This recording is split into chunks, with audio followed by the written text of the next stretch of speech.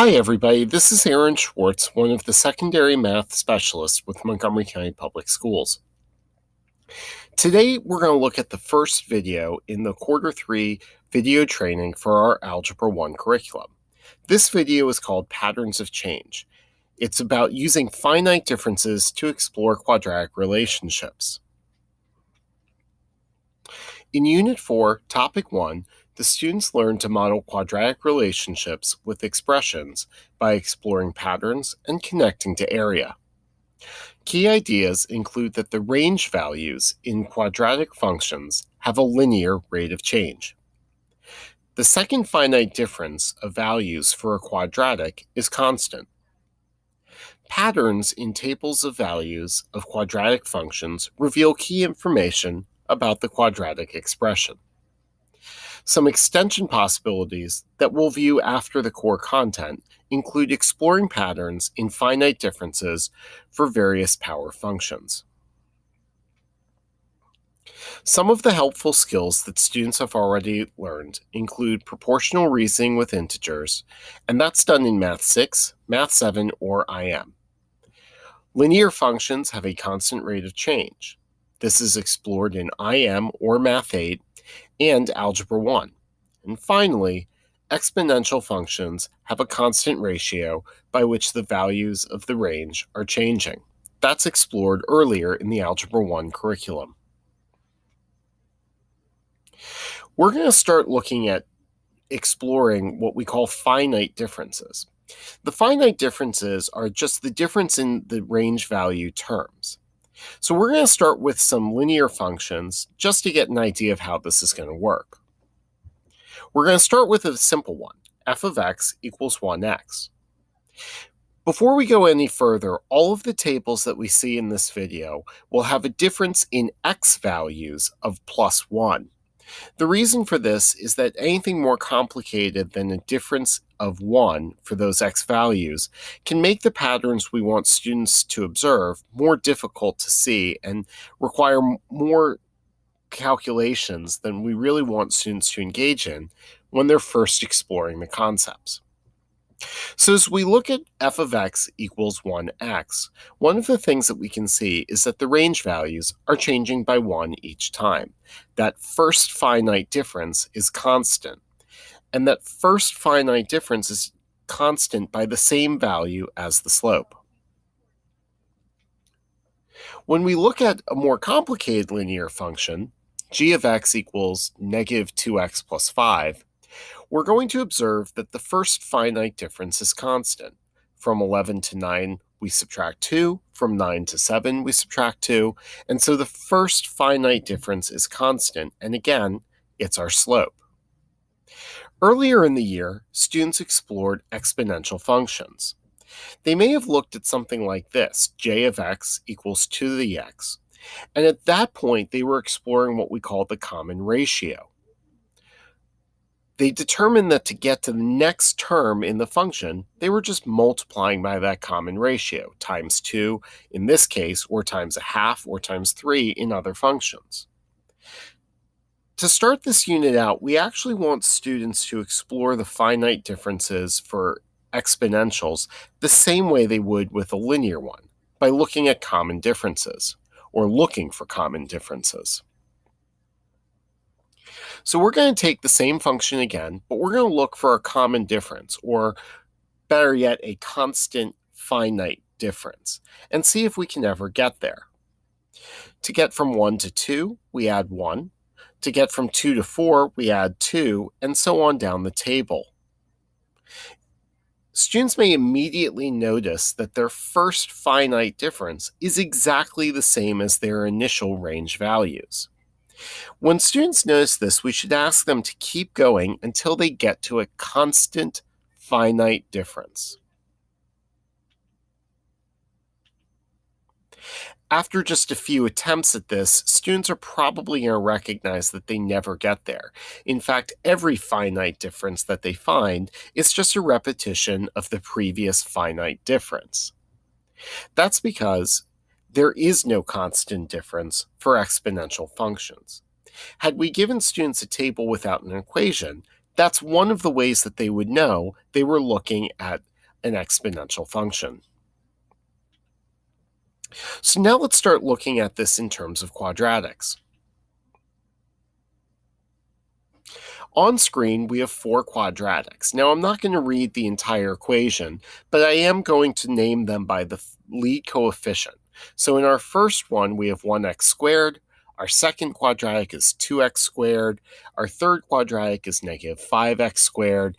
And our fourth one is 3x squared. We'll get into the b and the c terms in a minute. What we want to do is the same thing we just did with the linear and exponentials. We want to look at the constant differences, or at least find where the constant differences occur. So if we look at 1x squared, we'll find our first difference of terms, our first finite difference of terms. Because there's no constant value there, we want to do the finite difference again and see if we can get to a finite difference that's constant. And in fact, we will. So in a quadratic, the second finite difference is going to be constant. And actually, the first finite difference is going to behave like a linear function. Let's see if that holds up for all four tables. Let's look at the 2x squared. We have a linear pattern, and that linear pattern has a slope of plus 4. So again, we've gotten to a second finite difference that's constant. Let's do it for the next two tables. Again, the second finite difference is constant. The first finite difference was linear. At this point, students may observe some patterns, because actually that constant finite difference is connected to the lead coefficient. So there's a couple things we want students to know. At this point, they should know that that second finite difference is constant for a quadratic. But now let's look at that pattern. In fact, let's put those lead coefficients and those second finite differences into a table. When the first or lead coefficient was 1, our second finite difference, or our constant difference, was plus 2. When our lead coefficient was 2, that second finite difference was 4. Negative 5 and negative 10, 3 and 6. There's a clear pattern here. For whatever value a has, that second finite difference is double a. This is an important groundwork for later in mathematics that students will do in calculus. It's tied to derivatives, and we're actually going to take a moment to look at that connection, even though our algebra students wouldn't be looking at it. When we start with a function, y equals ax squared plus bx plus c, and we take our first derivative, we're going to find that we have 2ax plus b. And when we take our second derivative, it's just going to become 2a. It's that same 2a that we observed in our pattern. But there's more patterns that students can explore. We're going to focus next on the constant in each of these functions.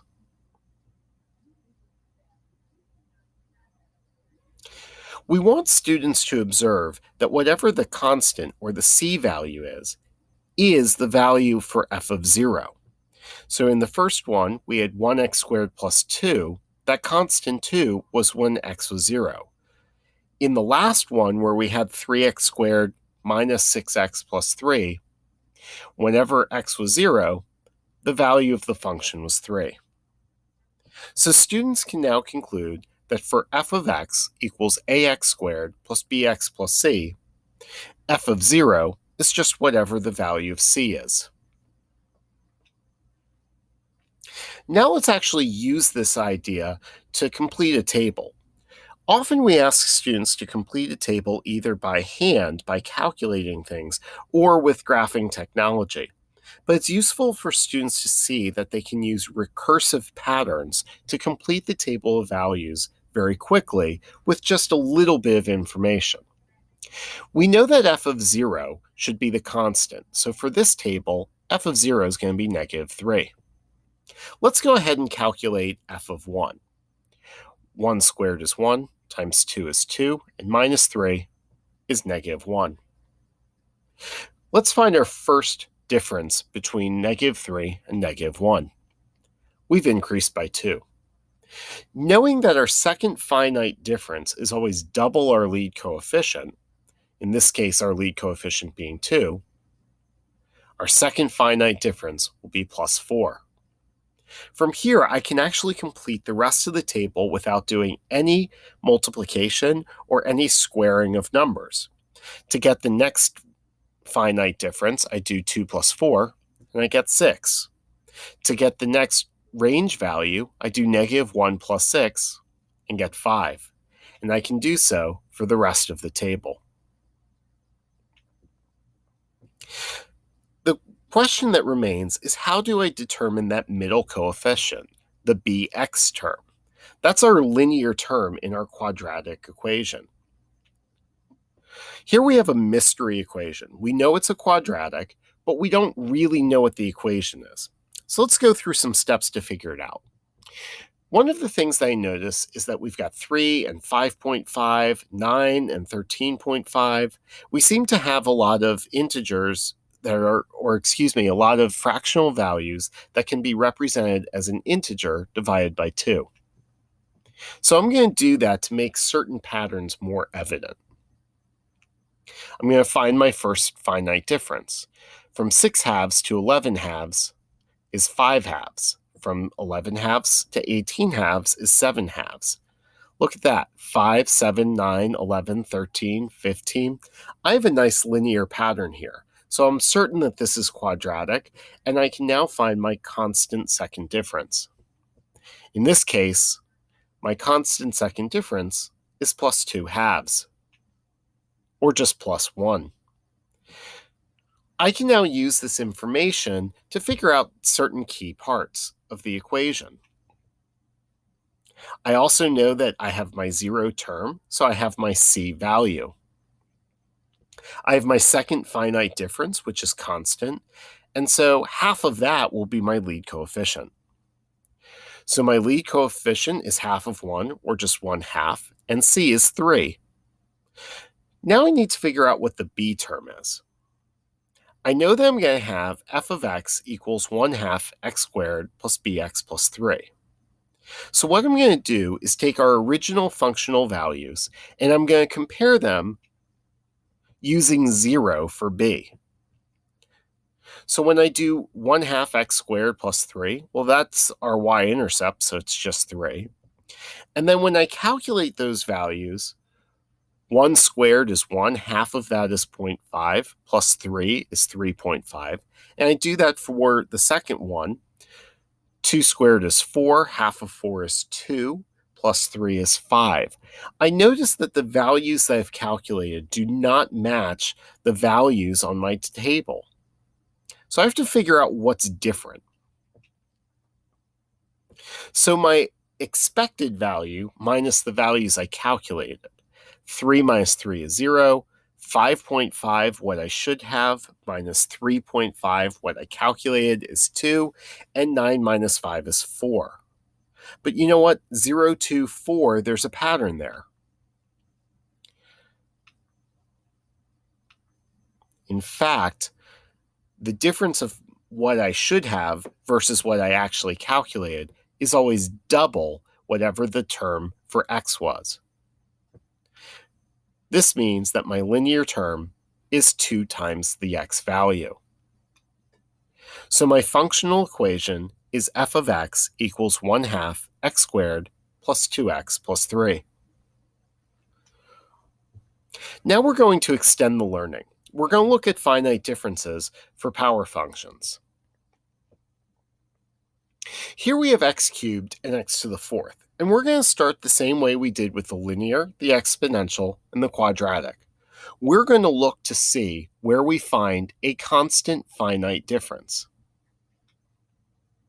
It's definitely not in the first finite difference or the second. But you know what? It is in the third. So for x cubed, the differences are not constant until we get to the third finite difference. There's something interesting there because when we had a linear equation, it was the first finite difference that was constant. When it was a quadratic, it was the second finite difference that was constant. And for x cubed, it was the third finite difference. At this point, we would want to ask students to make a prediction about x to the fourth before they actually go and find their constant finite difference. Students are probably going to say it's going to be the fourth one that they calculate, and then we'll just want them to confirm. Definitely not the first one, the second one, the third one. It is definitely the fourth finite difference. So for x to the fourth, the differences are not constant until we get to the fourth finite difference. There's now a conclusion that students can make about the power of a function and when they'll get to their constant finite difference. The power of the function tells us which set of finite differences will be constant. We can extend the learning even more. When we look at the function in terms of the lead coefficient and the exponent, and we look at what that constant finite difference was, we come up with some very interesting things. When we had ax squared, it was just 2a when we finally got to the constant finite difference. For ax to the cubed, it's going to be 6a. For ax to the fourth, it's going to be 24a. And for ax to the fifth, it's going to be 120a. At this point, we're going to decompose those numbers into multiplication because some patterns are going to become very clear. We're going to rewrite 6a as 3 times the initial 2a. We want to write 24 as something times 6a. Since we know that 6a is 3 times 2a, we can now write 24 as 4 times 3 times 2 times a. And 120, 5 times 4 times 3 times 2a. So for a times x to the n, if n is an integer greater than 0, our constant finite difference will be n factorial times a. And right there, students in Algebra 1 have started exploring some very important calculus concepts without ever talking about the words derivatives or integrals. I hope that this video helps teachers create classrooms where students explore math, observe patterns, and develop conceptual understanding. If you have any questions, comments, or have a video idea, please email me at the address below.